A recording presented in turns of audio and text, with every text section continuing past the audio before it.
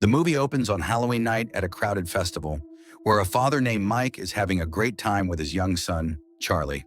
The place is packed with people enjoying the celebration, but within moments, everything turns into a nightmare no one could have imagined. Mike grabs an ice cream and turns around, but Charlie is gone. At first, he thinks his son is just playing a prank, but as the minutes pass, his amusement turns into pure panic. He runs through the festival like a madman, searching every corner, calling Charlie's name, and asking strangers if they've seen him. No one has. Completely devastated, Mike finally returns home and asks his wife, Christine, if Charlie has come back. But the moment she says no, his world completely falls apart.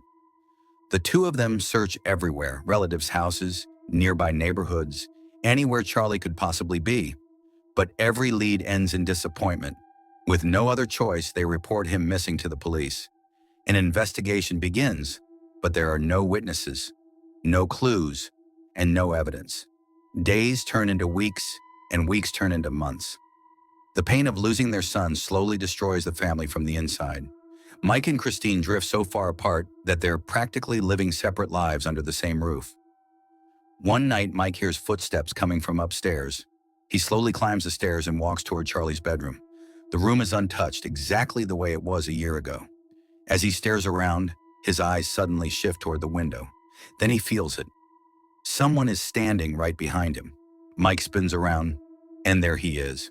Charlie, his missing son, is standing there with a smile on his face.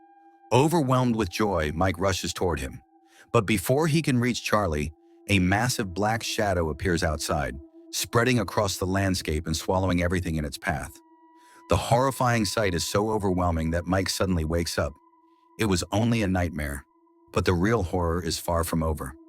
An entire year has passed since Charlie disappeared, and Halloween is about to return.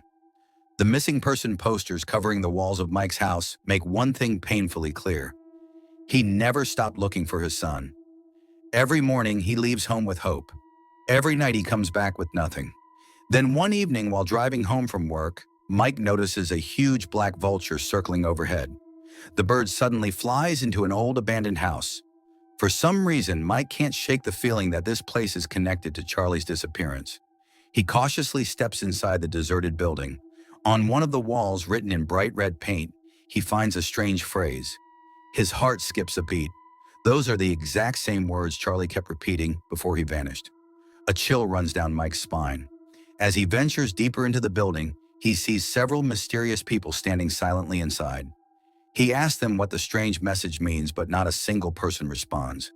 Then from the crowd, an elderly man wearing black sunglasses slowly walks toward him. Mike asks him, "What does ghost dead mean?" The old man doesn't say a single word. Instead, he picks up a burning torch, turns around, and silently signals for Mike to follow him. A few moments later, the two of them arrive in front of a massive stone wall. As soon as the old man sees the burning torch, he notices the same words carved into it once again. Ghost dead. Mike, visibly shaken, asks, "What does that even mean?" The old man looks him straight in the eyes and calmly replies, "The meaning is simple. Sooner or later, everyone has to pay for the debts of their past. And when those debts belong to spirits instead of people, no one escapes." The very next morning, Mike rushes to meet his ex-wife and tells her everything that happened the night before. But he has no idea that the mystery he's chasing is far more terrifying than his son's disappearance. By now, Mike is convinced that his son is somehow trying to reach out to him from the other side. His ex-wife, however, refuses to believe a single word. She thinks the pain of losing their son has pushed Mike to the edge, and that he's no longer thinking clearly. Dismissing everything he says, she storms out. That night, Mike sits alone watching old recordings on his son's video camera. The happy family memories bring tears to his eyes. But then, something horrifying happens. The camera, sitting untouched on the table, suddenly switches on by itself. Startled, Mike grabs it. But instead of playing the old videos, the screen now shows what looks like a live feed.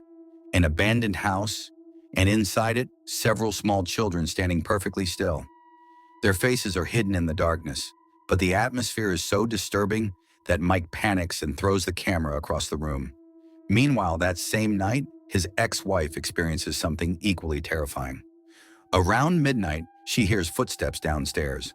At first, she assumes it's a burglar, but as she walks down, a child's scooter suddenly rolls across the room completely on its own. No one is riding it. A few seconds later, the scooter slowly stops right in front of her. Everything she had dismissed as Mike's imagination suddenly starts to feel terrifyingly real. The next day, she rushes to Mike and tells him everything that happened. Mike then reveals the strange vision he saw through the camera. Determined to find answers, the two begin investigating another old missing child case. Years earlier, another family's child had mysteriously disappeared on Halloween night. They immediately visit the family. The man who opens the door looks completely broken. Addiction has destroyed what was left of his life. As they talk, he reveals something chilling. Before his daughter vanished, she kept repeating the exact same words over and over. Ghost debt, a debt owed to an unseen force. As soon as Mike hears this, he realizes the same terrifying pattern keeps repeating with different families. He immediately calls Jordan and tells him everything. At first, Jordan thinks it sounds unbelievable, but after several cases reveal the exact same details, he starts taking the investigation seriously. While digging through old missing person files, Jordan discovers that another little girl had vanished on Halloween night years earlier. Her parents had also reported a series of disturbing paranormal incidents before she disappeared. Jordan wastes no time and goes to meet the girl's mother. To his surprise, the woman claims she actually saw her daughter just a few days ago, but the girl stayed only for a few moments. Before disappearing again, she whispered a mysterious message. Just as Jordan asks what she said, the scene cuts away. Meanwhile, Mike and his ex-wife are trying to have dinner together when the lights throughout the house suddenly begin flickering nonstop. They look outside and notice several strange figures standing perfectly still, staring directly at the house. A second later, an eerie, flame-like glow starts radiating from their bodies. Mike turns away in panic for just a split second. But when he looks back, the street is completely empty, as if no one had ever been there. At that moment, both of them realize they're not imagining things anymore. Some unseen force is desperately trying to send them a message. After a long conversation, they decide that if they ever want to find their son, they'll have to uncover the truth behind the mysterious ghost date, no matter what it costs. After everything they've witnessed, Mike and Kristen know this is far beyond anything the police can handle. Their only option is to seek help from someone who understands the supernatural. The very next day, an experienced psychic medium arrives at their house. Without saying much, she walks straight into their son's old bedroom. She slowly scans the room, almost as if she's feeling an invisible presence surrounding her. For several minutes, everything seems perfectly normal. But just as she's about to leave, her eyes suddenly lock onto the bedroom window. It's as if an unseen force is pulling her attention toward it. She slowly parts the curtains, and her face instantly turns pale. Outside, the clear sky has transformed into a mass of dark storm clouds within seconds. It looks like a violent storm is about to swallow everything. The medium begins whispering strange words under her breath, almost like she's speaking to something no one else can see. Then, without warning, her entire personality changes. She looks completely possessed, as if something else has taken control of her. That same night, another horrifying incident unfolds. Kristen's tablet suddenly powers on by itself. She stares at the screen in shock as the same shadowy black figure that was once captured on the baby's camera briefly appears again. Before she can react, the image disappears and the screen returns to normal. At the same time, Mike hears someone crying upstairs. He rushes into the bedroom and finds Kristen sitting on the edge of the bed, quietly sobbing. Then out of nowhere, she begins speaking in the exact voice of their missing son. For one heartbreaking moment, Mike truly believes his son is talking to him, but the illusion doesn't last. Without saying a word, Kristen grabs a pair of scissors and slashes her own arm. Mike immediately rushes to stop her, and the two struggle violently before she finally collapses unconscious. He quickly bandages her wound, still unable to understand what had just happened. Meanwhile, Jordan makes a shocking discovery. When he examines an autopsy report, he's left speechless. From the outside, the victim's body appears almost untouched, but internally every organ has been completely burned, as if an intense fire had consumed her from the inside out. This was no ordinary death. That night, Mike and Kristen travel to a secluded place where followers of an ancient tradition have gathered. After questioning them, an elderly woman immediately recognizes the strange symbol. In a grim voice, she explains that it's no ordinary mark. It's an ancient symbol of evil. Anyone who bears it has already been chosen as the next victim of a dark, supernatural force. Taking a deep breath, the old woman tells them a chilling legend.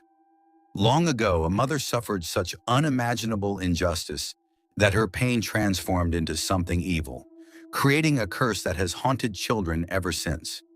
Deep inside the dark realm, Mike finally finds his son along with dozens of other trapped children.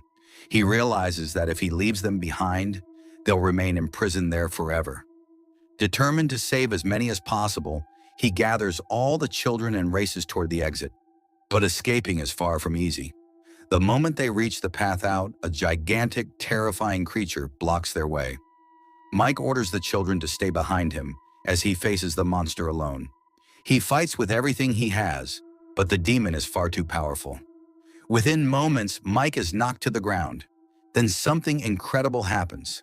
The spirits of the children who had been trapped in that nightmare for years unite and attack the monster together. Their combined strength overwhelms the dark entity, weakening it until it's finally destroyed forever. As the evil dies, the bridge connecting the world of the living and the spirit realm begins collapsing. Mike grabs his son's hand as tightly as he can and sprints toward the exit. With only seconds to spare, they make it across the bridge just before it crumbles behind them. Sometime later, their family is finally reunited. Their son returns home safely. But the film leaves us with one haunting reminder. Sometimes the real monsters aren't the ones we can see. So always keep a close eye on your children, because one small moment of carelessness can become a lifetime of regret. With this, the story ends here. Let me know your thoughts in the comments section. Also, subscribe to this channel for more stories like this.